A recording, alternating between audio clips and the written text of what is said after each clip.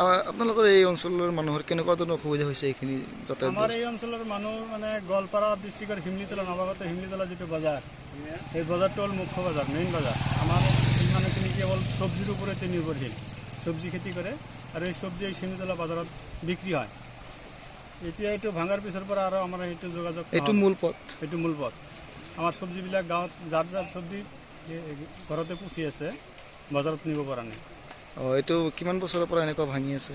এইটো যোৱাবাৰো ভাঙছিল, আগতে কালভাৰটো যোৱাবাৰে বনাইছে, যোৱাবাৰ বনোৱাৰ পিছতে ভাঙছে আৰু এইবাৰ আৰু ভাঙিল। এইটো কি ঠিকাদাৰৰ গাফিলতি বুলি? ঠিকাদাৰৰ গাফিলতিটো আছেই। এইটো আমাৰ এইটো জিঅ' বেগ দিয়া নাই, তাৰপিছত এই চাইড বাউণ্ডবিলাক সেনেকৈ ভালকৈ দিয়া নাই। বালামাটি নদীৰ পৰা আনি দিছে, বালামাটি দিছে। এতিয়া বিভাগীয় কৰ্তৃপক্ষক কি আহ্বান জনাব? বিভাগীয় কৰ্তৃপক্ষক আমি আহ্বান কি জনাম, জনালেতো মানে বস্তুখিনি আমি আমাৰ যাতে বস্তুটো ফিক্সড হয়, ভাল হয়, চিৰদিনৰ কাৰণে যাতে থাকে, সেইটো আমি আহ্বান জনাম।